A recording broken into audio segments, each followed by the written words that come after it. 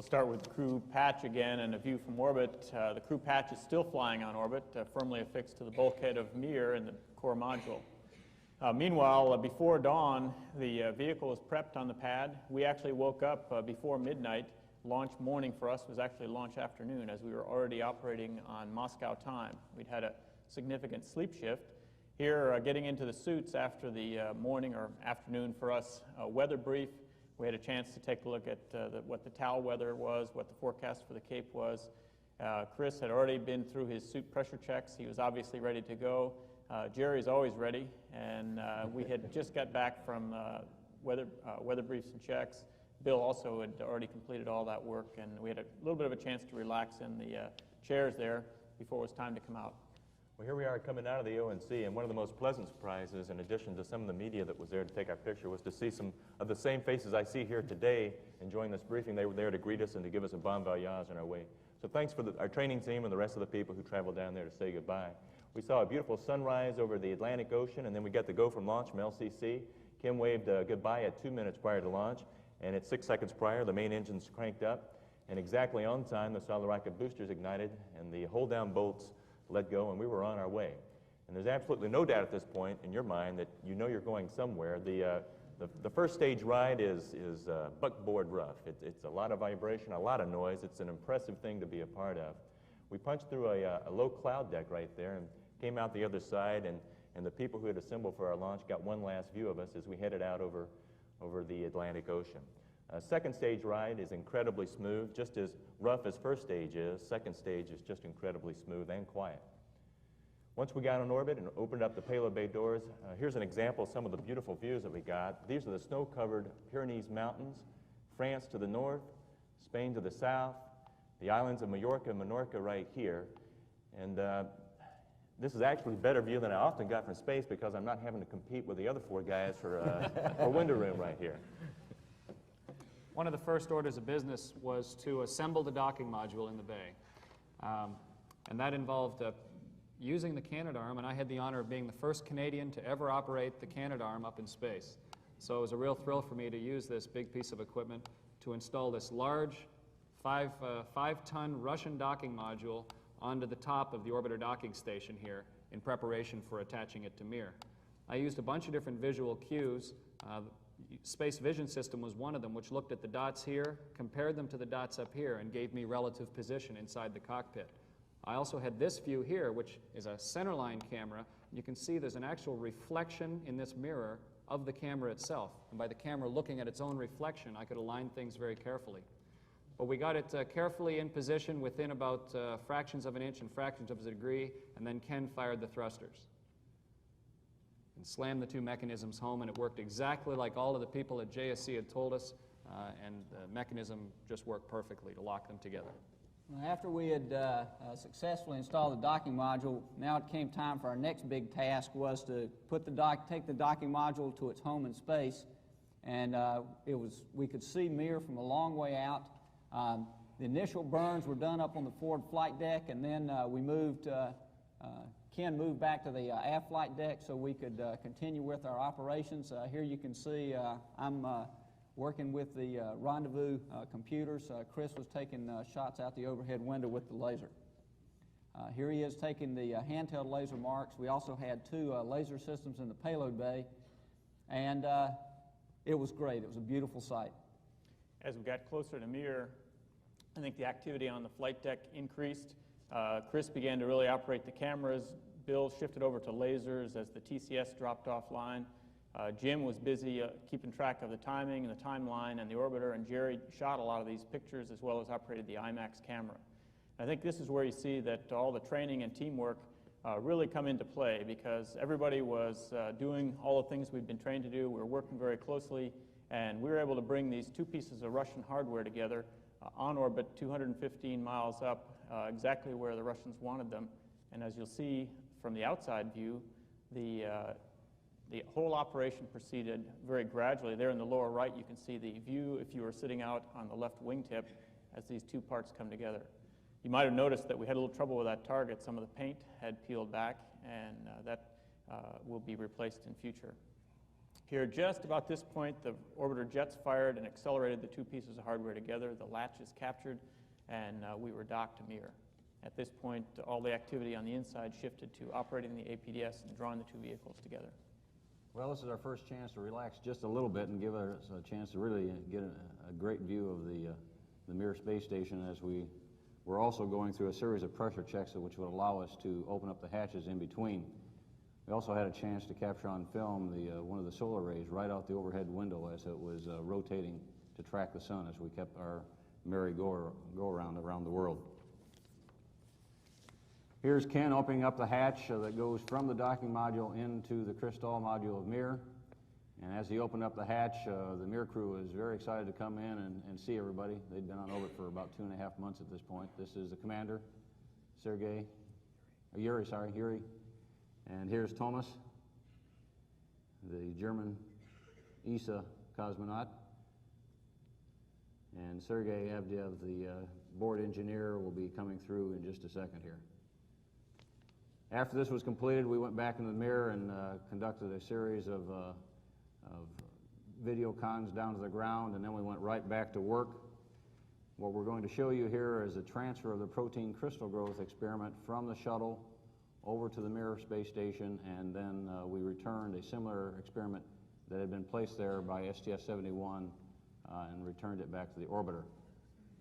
What we're trying to give you here is an impression, as you saw in the slides, for the length of the runs in the various different modules, but also the amount of clutter and stowage that has accumulated over the 10 years of living in space with various different Mir crews.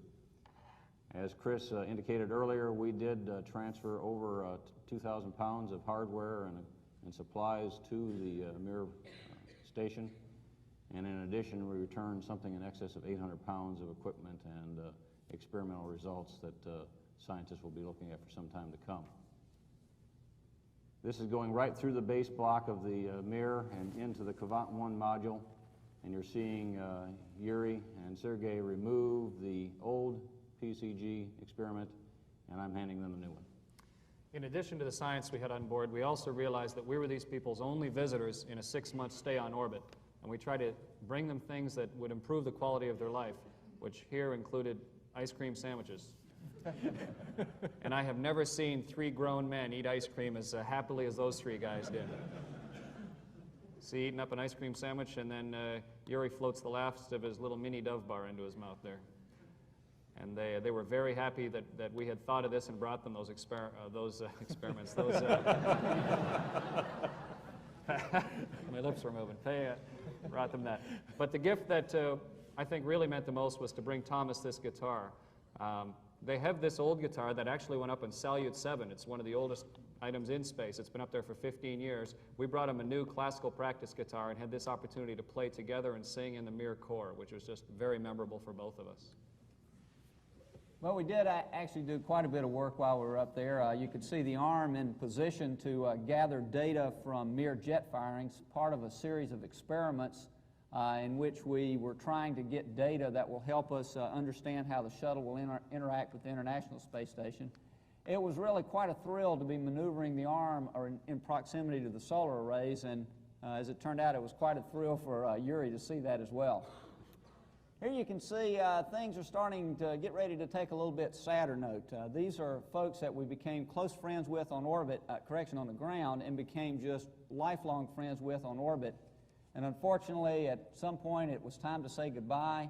And here, as was quite appropriate, Ken is the last one from the Atlantis crew to leave Mir. And we closed the hatch, and then the next day, it was time to actually undock, do our fly around, and then get ready to come home. Actually, before we undocked, we did have one last opportunity to wave goodbye. From our overhead windows, we could see the one or several of the windows of Mir, and here we are waving a final goodbye to our compatriots up there. And then it was time to actually do the undocking. With Ken at the controls, we released the hooks that were holding us in place, and springs pushed us away. Ken fired the jets right about here to get about a 0.2 foot per second opening rate. Then from there, orbital mechanics accelerated our rate of separation from Mir.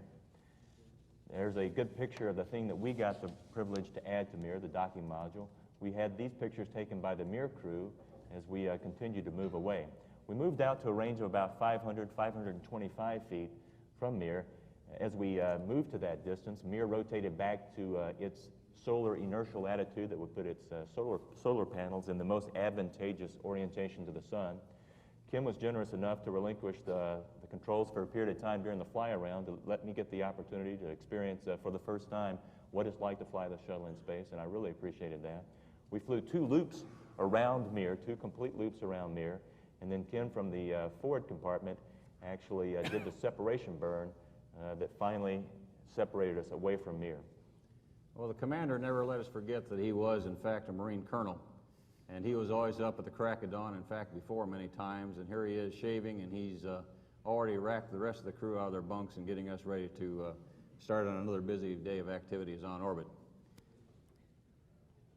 You can see Chris and Jim shaving, and Jim was one of these guys that did a lot of parallel ops. He's also brushing his teeth at the same time. Jim's still brushing his teeth, and now Bill got into the act, and you see Chris in the background there. He's reading his electronic mail.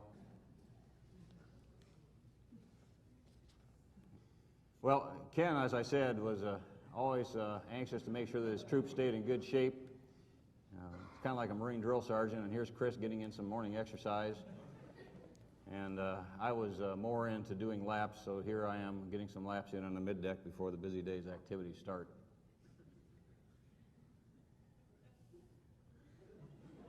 And you think that's easy to do, huh? Well, we demonstrate a little bit of physics. Here's a conservation of angular momentum as we spin Chris around the middeck. It's rather tight, but as he expands his legs and arms, you can see that his rotational rate slows down, and then when he brings them back together, it picks up again.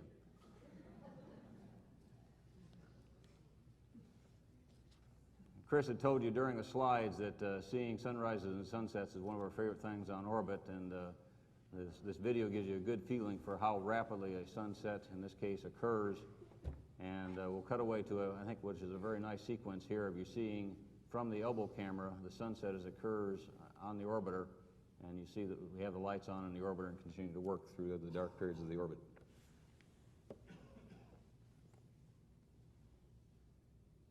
We still had some secondary payloads and science to conduct prior to coming home. You can see we have a yaw rate. This is looking out the aft windows at a nighttime view of the horizon. And you're going to see the rockets, the primary RCS jets fire as Ken commands the orbiter to stop that yaw rate. And as impressive as it is here, the oohs and ahs coming from the MSs at the aft flight deck looking out the window at this, they were impressed also. Shortly thereafter, it was time to do the flight control system check in order to get ready to come home. Here you see Ken and myself and Jerry also going through that fairly long procedure to make sure that all the APUs, the flight control systems, and the computers are ready to support entry. Here you'll see the hydraulically powered elevons going through one of their test sequences. And shortly thereafter, actually the next day, it was time to come home.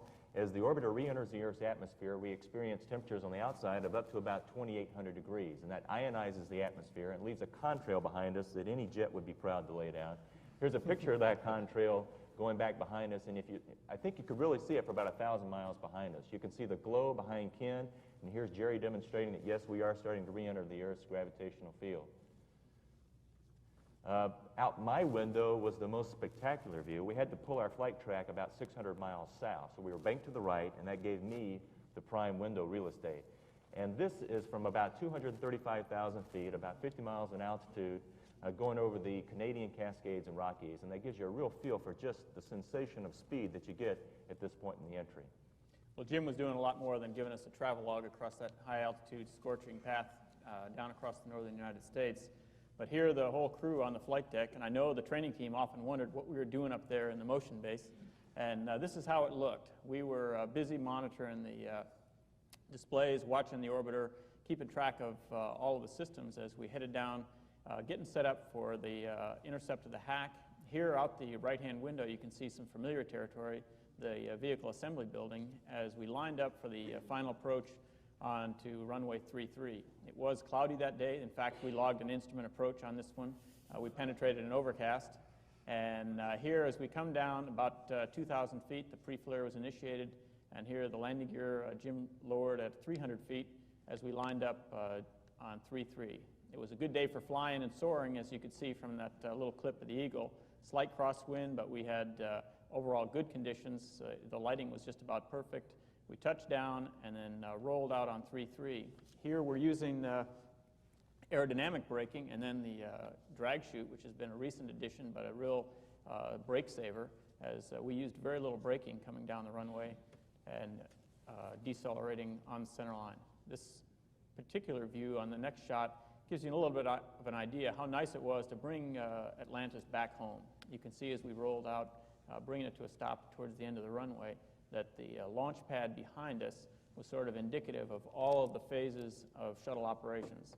As we launched from the background on a morning about a week ago and bring the vehicle back ready to be towed off and processed for another one. I think very close to the end there, you can see what I have to admit was a sigh of relief as the wheels were stopped, and then a chance to thank and congratulate all the crew there on the flight deck.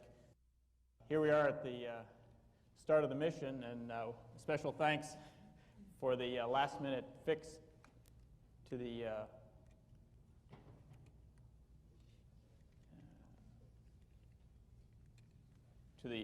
UHF communication system that did manage to get us off the ground. And this particular slide shows that hole in the clouds that the weather coordinators were able to find. And as things cleared on that morning, we were able to finally start on our way to the space station Mir. One of the aspects of the mission I wanted to include in a slide presentation was a little vignette of life on board Mir. And this is in the core module of the Russian space station.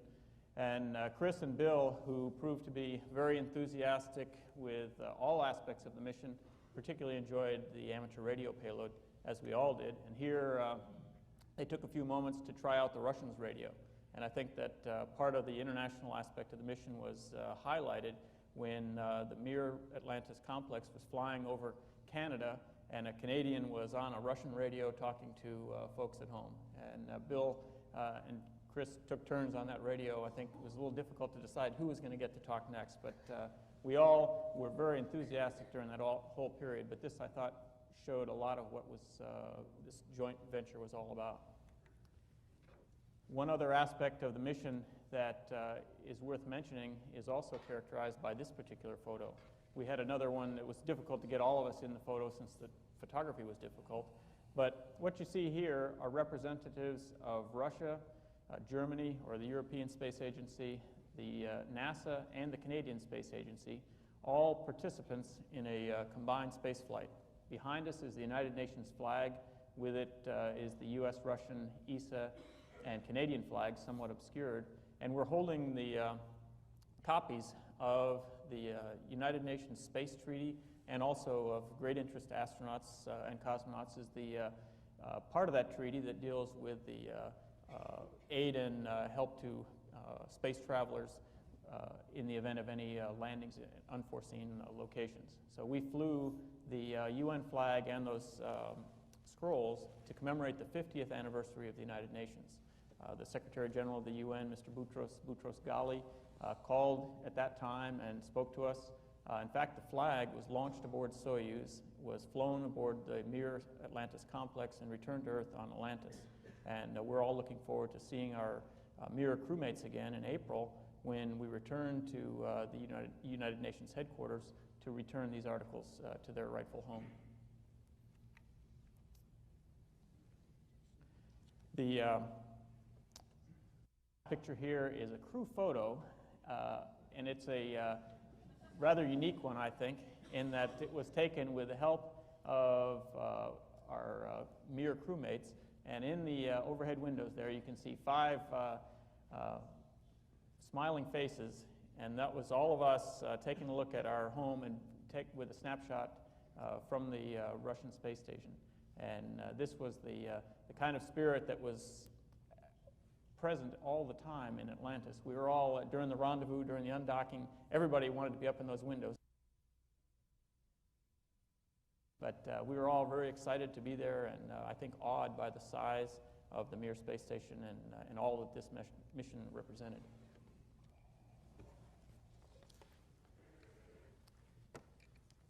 It's difficult to see from the side. Are the slides in focus? Okay, thank you. While docked with Mir, we had a pretty full plate of tasks to do. A lot of transfer. We transferred about a ton of gear across, 2,000 pounds, including the water and all of the items. And one of the items that we, or two of the items we had to transfer were these large blue boxes, TEF, which is thermoelectric freezers. And that's Thomas Reiter, the German cosmonaut, holding them. And he's inside Spectre, which was launched earlier this year. So that's how it looks now up in orbit. And not only is Spectre the laboratory that Thomas does most of his work in, but it's also where he sleeps and lives. He's got his bedroll laid out on the floor of Spectre. And he was pretty happy to see the docking module dock. I think he was eyeing that as his potential berth from now on. We brought these TEF lids up as a new design. So Jerry went through and changed those out with Thomas's help on board. All in all, we were planning to transfer about 1,000 pounds of water, and there's a bit of an incompatibility between the two space vehicles. On the shuttle, of course, we purify or keep our water clean with an iodine content, and on Mir they use silver biocide, and the silver and the iodine aren't compatible.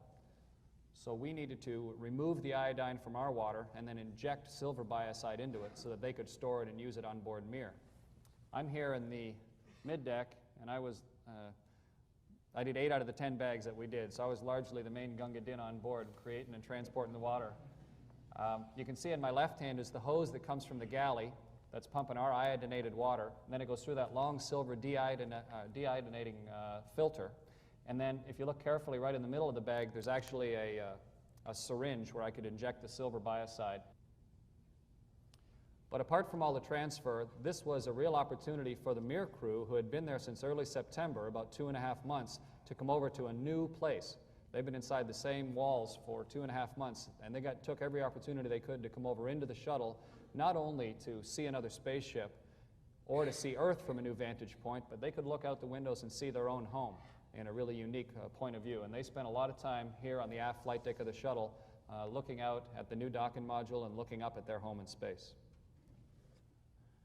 This next slide has no people in there, and that's because we'd like to talk a couple of minutes about Mir itself.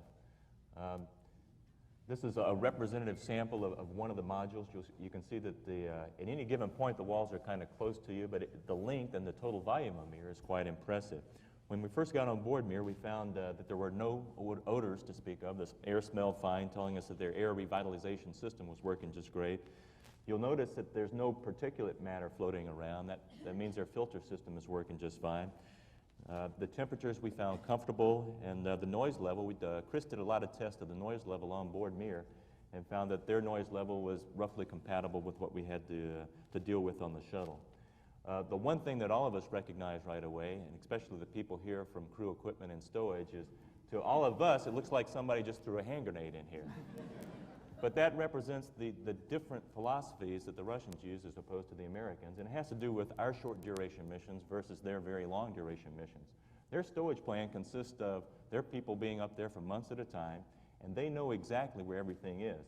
If you look closely at this picture, despite the apparent disarray, you'll notice that nothing is floating around. Everything is either tied off or tethered off or bungeed off, and at no time during the flight were Thomas or Sergei or Yuri unable to find something when we asked for it. They knew exactly where everything was.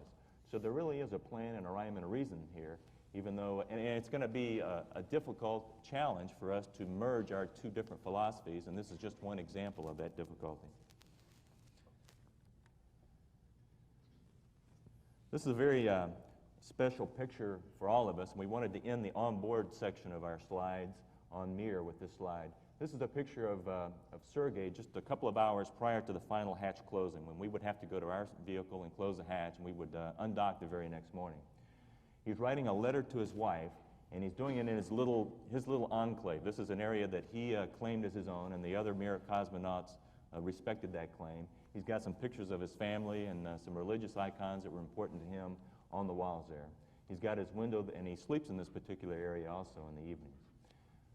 He stole away for about an hour to write a letter to his wife, and then just shortly after this picture was taken, he folded the letter up and stuck it in a packet of material that we were honored to bring down. And I'm sure I speak for all the crew and probably all of you when I say that there's probably never been any more important airmail ever delivered by an aerospace vehicle than the letter that you see him writing here. It's important for us to keep in mind that he and the rest of his crewmates are still up there, and they will be for another 3 months, and they're doing important and sometimes difficult work. And whatever degree we can help them out on that, that's what the joint program is all about. We'd like to shift gears now and go to what we were able to see from space, some of our Earth observation photos. I'm sure many of you will recognize this photo right away as New Orleans. It's a place that many of you have had a weekend trip to. This is a picture of Atlanta, another southern town, and what's most apparent in this picture is the Hartsfield Airport right here. And you can see the downtown area of Atlanta right here in this region.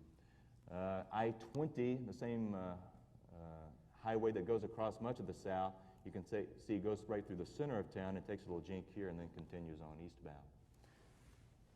If you hadn't realized by now, there was significant Canadian involvement in this mission. And what was particularly nice was with our inclination at 51.7 degrees, we actually got to see a good bit of at least the southern part of Canada. And needless to say, most of Canada looked like this. It is indeed winter up there, and it's a tad different than our winters. This is James Bay. It's the southern end of the Hudson Bay. Here you have the Moose River kind of going into James Bay, and there's some interesting linear features you'll notice that tend to sort of parallel the coastline here. As we're all aware, this was an area that experienced significant glaciation in the world's geological history.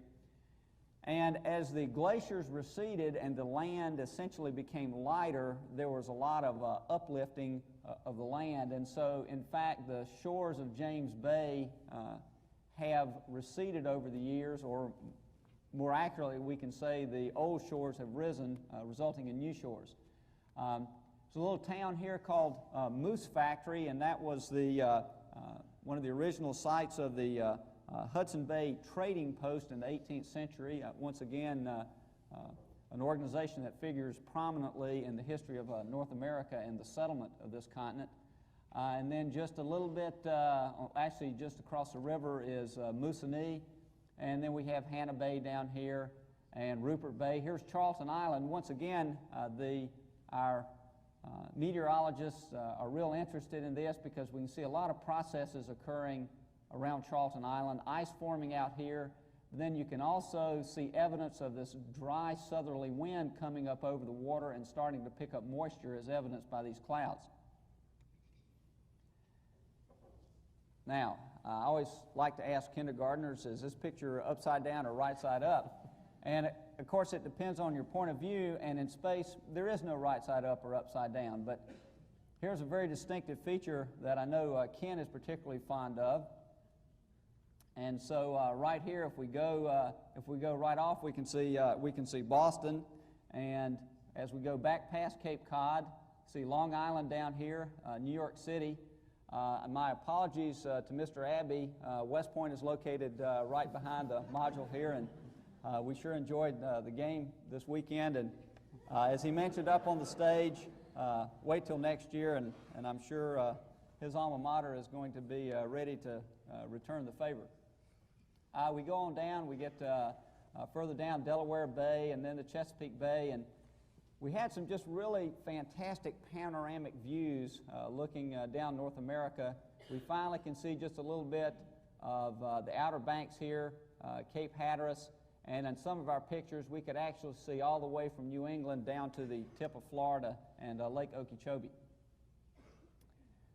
We were real fortunate in this flight that we got some passes over Europe which were clear, which is a pretty rare occurrence. And here we are right over the English Channel. This is the Isle of Wight. This is Portsmouth here. We have London here, the very famous White Cliffs of Dover, Cherbourg, France, out on Normandy out here. And there also was a very strong Scottish heritage in this crew. Of course, 3 of us have names of Scottish heritage, and as it turns out, we find out that Hadfield and Halsell even let some Scots into their families sometime in the past, and we could even see as far north as Scotland in some of these pictures. Well, as Bill said, we had the opportunity to see a good share of Europe, and this is a part of central Poland, something that none of us had ever seen, at least from this altitude. The white stripes, as you might guess, are airliners going across the sky and laying out some contrails, and it looks like the predominant wind was from this direction, which is the west or northwest, because you can see older and older contrails. There's probably an air route through here, and there's even a very new contrail being laid down in here that's rather faint to see. But the predominant feature I wanted to show you is a river that goes through here and up to the north and eventually goes out into the Baltic Sea. Where it goes out into the Baltic Sea is close to the Polish town of Gdansk, and this river starts down way to the south in the Caspian Mountains. Off the screen to the lower right is the capital of Warsaw. We did capture it, at least partially, on another picture in this sequence. The town of Torun is right in this area, and the town of Bromberg, and that's the English version of the name of that town, is down in here. The interesting thing to point out in this picture, however, is if you look very closely at the river, you actually see little white specks just in a very evenly spaced pattern along the river. And we believe those to be the barge traffic plying back up and forth, up and down the river. A very unique sight for us to be able to see.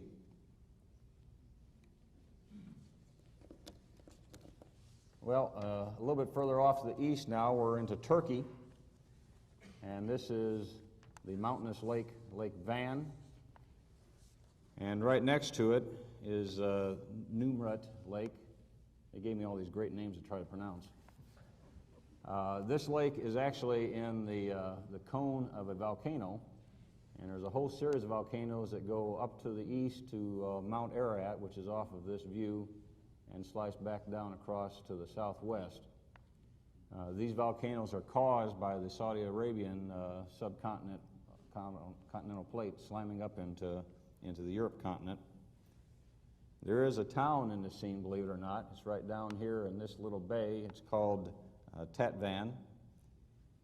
And let me see.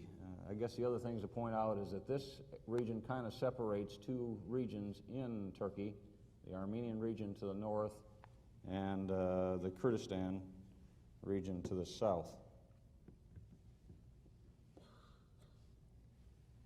Another unique sight that we saw with the naked eye, which was kind of surprising to us, is this structure that goes across the plains of Russia. And I don't know if you can see it very well from out there, but in particular, this part stands out very well from my vantage point right here. This is, let me set the stage for you.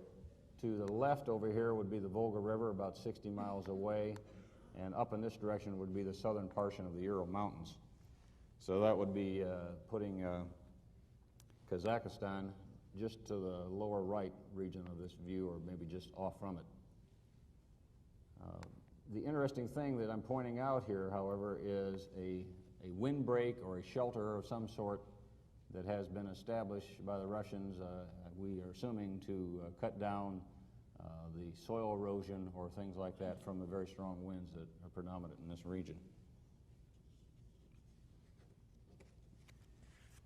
We're always encouraged to try to keep in contact with natural as well as man-made causes of things that are detrimental to the environment. And we were very fortunate to capture a nice picture of Mount Pinatubo in the Philippines. This erupted back in 1991, put out a tremendous amount of ash, which caused the Americans to leave in a more expeditious fashion from Clark Air Force Base and Subic Bay in the Philippines. And let me see if I can figure out where Clark Air Force Base is. It's got to be right down in this area. And Subic Bay is, where is it? Over here somewhere. Up here. Is that it? It's kind of hard to see from here. But the main thing to point out is that there had been a very large typhoon. In fact, they call it a super typhoon, Angela, that had just gone across the Philippines about a week or so before we flew over the top of them. And what you're seeing is a very large washing of the ash that had been deposited from the eruption further down the slopes of the mountain. And in fact, this one right here caused 1,000 people to be displaced from their temporary lodgings in this area. This is something that future shuttle crews will continue to monitor to see the impacts upon not only the people but the wildlife and the vegetation in this area. Just going to show you a couple more slides. I'm going to take a run down the Rockies. Starting up in the north, a lot of people ask what you can see from space, especially with a light dusting of snow like this across the prairies. It becomes very easy to see towns and the major roads that crisscross that part of the world. This is Calgary here. This is the Bow River coming up from the south. Down to the south is Drumheller and all of the tremendous dinosaur finds that are being excavated right now, dinosaur eggs and in fact, infant nests of dinosaurs all to the south of Calgary. This is the foothills of the Rockies. The Rockies just start right here on the left with the road leading up to Banff and Jasper and some pretty fine skiing up to the left here. The Winter Olympics were in Calgary just a few years ago, and there's a huge ski jump just at the edge of the foothills as well, and some smaller ski hills right on the left-hand side of Calgary. And I haven't been able to ski in 2 years, so I'm talking a lot about ski hills. And this road here is the main highway that leads straight up to Edmonton. It's about the same distance and the same sort of highway as they have between Houston and Dallas. A little further on down comes to Great Salt Lake. And it shows some man-made features really clearly. This train bridge that cuts across Great Salt Lake has divided the waters of Great Salt Lake for several years, and so they end up with an entirely different color. It's very visible from space. But apparently this train bridge is going to be dismantled in the near future, so it's going to be interesting to watch the mixings of these two big sluggish bodies of water. Salt Lake City is just down in the south here with the ring of mountains around it, really dramatic setting. Up here are the Bonneville Salt Flats, right there where all the land speed records have been set. And if you look carefully, you can see another man-made feature cutting across the Great Salt Desert here of I-80, the Interstate 80 cutting right across.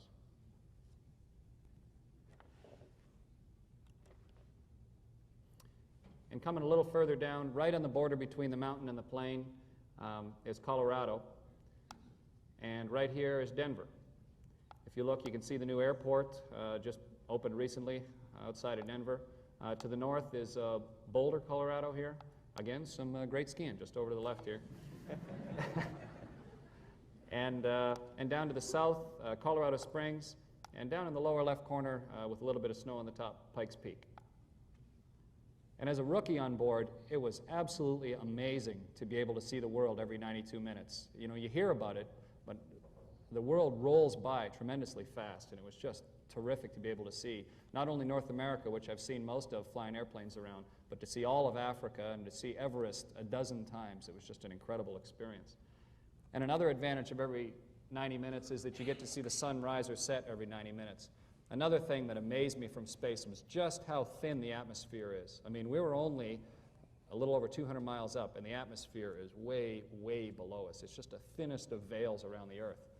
But looking through it, highlighted by a sunrise or a sunset, you could see all the individual layers. And some days, it would just be kind of a gradual fade of colors. And then some days like this one, you'd actually see distinct bands. And since our orbit was tipped quite an angle to the sunrises and sunsets lasted quite a while. So it was just a beautiful thing to watch. And everyone says that this picture doesn't do us justice. It is just the most beautiful rainbow of colors that you can imagine. It's gorgeous.